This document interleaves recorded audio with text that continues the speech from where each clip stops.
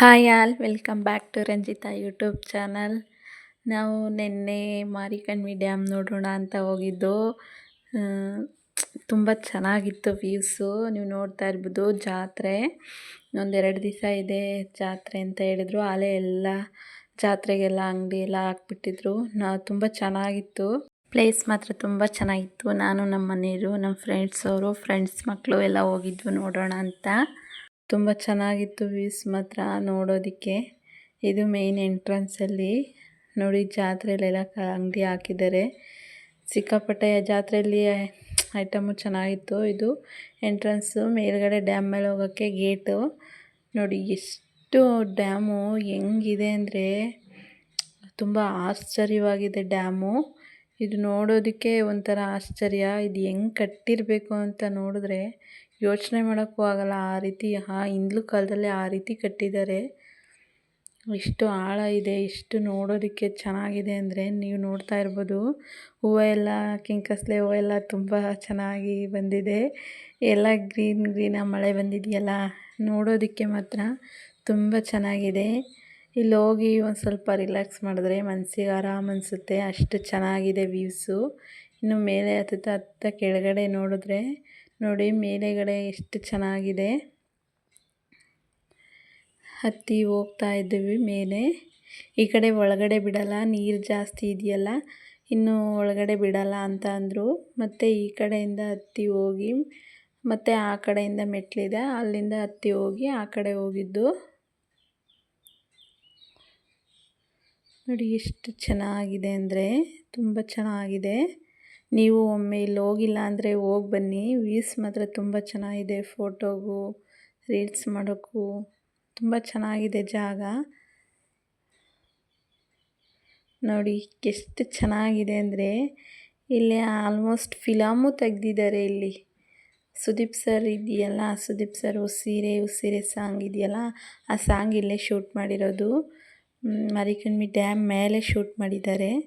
ಮತ್ತು Krishna ಫಿಲಮಲ್ಲಿ Ganesh sir film ಇದೆಯಲ್ಲ, ಒಂದು ಸಾಂಗು ನೀನು ಬಂದ ಮೇಲೆ ತಾನೇ, ಆ ಸಾಂಗು ಇಲ್ಲೇ ಶೂಟ್ ಮಾಡಿದ್ದಾರೆ. ಒಂದು ಸ್ವಲ್ಪ ನೀವು ನೋಡ್ಬೋದು ಬೇಕಿದ್ದರೆ. ತುಂಬ ಚೆನ್ನಾಗಿದೆ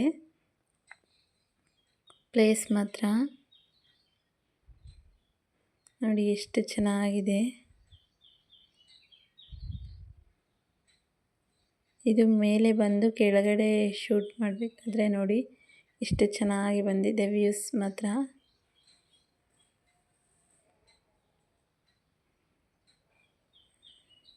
ನಾವು ಹೋದಾಗ ಬಿಸಿಲೇ ಇತ್ತು. ನೋಡಿ ನೀರಿನ್ನು ಎಷ್ಟು ಮೇಲೆ ಇದೆ ಅಂದರೆ ನೋಡಿ. ಇದು ನಮ್ಮ ಗೂಗಲಲ್ಲಿ ಸರ್ಚ್ ಮಾಡಿ ನೋಡಿದ್ರೆ ಈ ಡ್ಯಾಮು ಭಾರತ ಮ್ಯಾಪ್ ಒಂದಿದೆ. ಅಷ್ಟು ಚೆನ್ನಾಗಿದೆ ಈ ಡ್ಯಾಮು. ನೋಡಿ ಎಷ್ಟು ಏನು ಹೊರಗಡೆ ಹೋಗ್ಬಾರ್ದು ಅಂತ ಎಲ್ಲ ಸೇಫ್ಟಿ ಮಾಡಿದ್ದಾರೆ.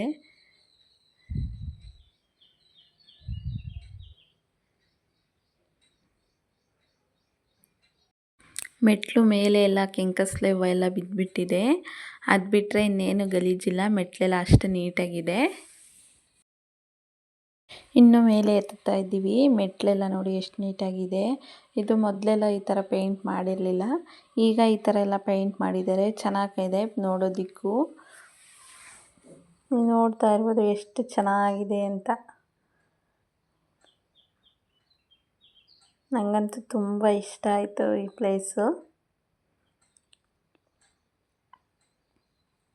ಇಲ್ಲೆಲ್ಲ ಒಂದು ಸ್ವಲ್ಪ ಹೊತ್ತು ಕೂತ್ಕೊಂಡಿರ್ಬೇಕಾದ್ರೆ ಕೋತಿ ಬಂದುಬಿಟ್ಟು ಬಾಟ್ಲು ಕಿತ್ಕೊಂಡು ನೀರು ಕುಡಿತಿತ್ತು. ಎಷ್ಟು ಚೆನ್ನಾಗಿ ನೀರು ಕುಡಿತಿತ್ತು. ಅದು ಶೂಟ್ ಮಾಡೋಕ್ಕೆ ಮರ್ತುಬಿಟ್ಟೆ ನಾನು. ನಮ್ಮ ಮನೆಯವರು ಕೆಂಕಸಲೆ ಹೂವು ಕಿತ್ಕೊಡ್ತಿದ್ದಾರೆ. ಫೋಟೋಗೆ ಬೇಕು ಕಿತ್ಕೊಡ್ರಿ ಅಂದೆ, ಅದಕ್ಕೆ ಕಿತ್ಕೊಡ್ತಾ ಇದ್ದಾರೆ. ಇಲ್ಲಿಂದ ನೋಡಿ ನೀವು ನೋಡ್ತಾ ಇರ್ಬೋದು. ಇದು ನೋಡ್ತಾ ಇದ್ದರೆ ಹಂಗೆ ಕಳೆದೋಗ್ತೀರಾ, ಅಷ್ಟು ಚೆನ್ನಾಗಿ ನೋಡಿ. ಇಲ್ಲೇ ಸರ್ ಸುದೀಪ್ ಸರು ಮತ್ತು ರಮೇಶ್ ಸರು ಸಾಂಗ್ ಒಂದು ಶೂಟ್ ಮಾಡಿರೋದು. ನೋಡಿ ಈ ಕಡೆ ಬಂದರೆ ತೂಬು ನೋಡಿ ಎಷ್ಟು ಫೋರ್ಸಾಗಿ ಹೋಗ್ತಿದ್ದಾವೆ. ನೀರಂದರೆ ಅದು ನೋಡ್ತಿದ್ದಲೇ ತಲೆ ಸುತ್ತ ಬಂದುಬಿಡುತ್ತೆ. ಎಲ್ಲ ಸೇಫ್ಟಿ ಮಾಡಿಬಿಟ್ಟಿದ್ದಾರೆ. ಒಳಗಡೆ ಯಾರಿಗೂ ಅಲೋ ಇಲ್ಲ. ನೋಡಿ ಎಷ್ಟು ಫೋರ್ಸಾಗಿ ಹೋಗ್ತಿದ್ದಾವೆ ನೀರು. ಒಂದೇ ತೂಬು ಎತ್ತಿರೋದು. ಇದು ಇನ್ನೊಂದು ಸೈಡ್ ಈ ಕಡೆ ಬಂದು ಹತ್ತಬೇಕು. ಆ ಕಡೆಯಿಂದಲೇ ಬರ್ಬೋದು, ಆದರೆ ಸೇತುವೆ ಮೇಲೆ ಬಿಡಲ್ವಲ್ಲ ಡ್ಯಾಮ್ ಮೇಲೆ, ಅದಕ್ಕೋಸ್ಕರ. ನೋಡಿ ಇದು ಇನ್ನೊಂದು ಸೈಡು. ನಾವು ಆ ಕಡೆ ಶೂಟ್ ಮಾಡಿದ್ದಿತ್ತು ನೋಡಿ, ಕಾಣಿಸ್ತಿದೆಯಲ್ಲ ಆ ಕಡೆ ಇದು ಈ ಕಡೆ ಸೈಡು. ನೋಡಿ ಫುಲ್ ಎಲ್ಲ ಸೇಫ್ಟಿ ಮಾಡಿಬಿಟ್ಟಿದ್ದಾರೆ. ನೀರತ್ರ ಯಾರಿಗೂ ಅಲೋನೇ ಇಲ್ಲ, ಜಾಸ್ತಿ ಡ್ಯಾಮ್ ತುಂಬಿದೆಯಲ್ಲ ಅದಕ್ಕೋಸ್ಕರ. ಸೊ ಅವ್ರು ಮಾಡೋದೆಲ್ಲ ಜನಗಳು ಒಳ್ಳೆಯದಕ್ಕೆ ಮಾಡಿದ್ದಾರೆ. ನೋಡಿ ಎಷ್ಟು ಸೇಫ್ಟಿ ಮಾಡಿದ್ದಾರೆ ಅಂತ. ನೋಡಿ ಎಷ್ಟು ಮೇಲೆ ಇದೆ ನೀರು ಅಂತ, ತುಂಬ ಮೇಲೆ ಬಂದುಬಿಟ್ಟಿದೆ.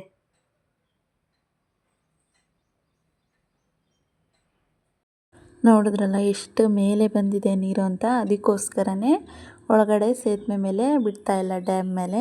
ನೋಡಿದ್ರಲ್ಲ ಎಷ್ಟು ಚೆನ್ನಾಗಿದೆ ವ್ಯೂಸ್ ಅಂತ.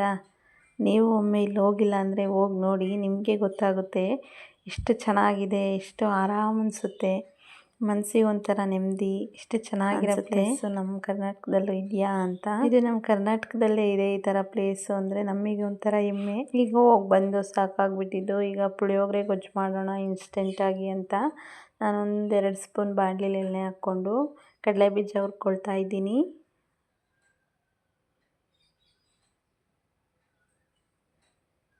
ಕಡಲೆ ಬೀಜ ಒಂದು ಸ್ವಲ್ಪ ಗೋಲ್ಡನ್ ಬ್ರೌನ್ ಕಲರ್ ಬಂದರೆ ಸಾಕು. ಈಗ ಉದ್ದಿನಬೇಳೆ ಹಾಕ್ಕೊಂಡು ಫ್ರೈ ಮಾಡಿಕೊಂಡು, ಉದ್ದಿನಬೇಳೆ ಹಾಕಿ 1 ನಿಮಿಷ ಫ್ರೈ ಮಾಡಿದ್ರೆ ಸಾಕು.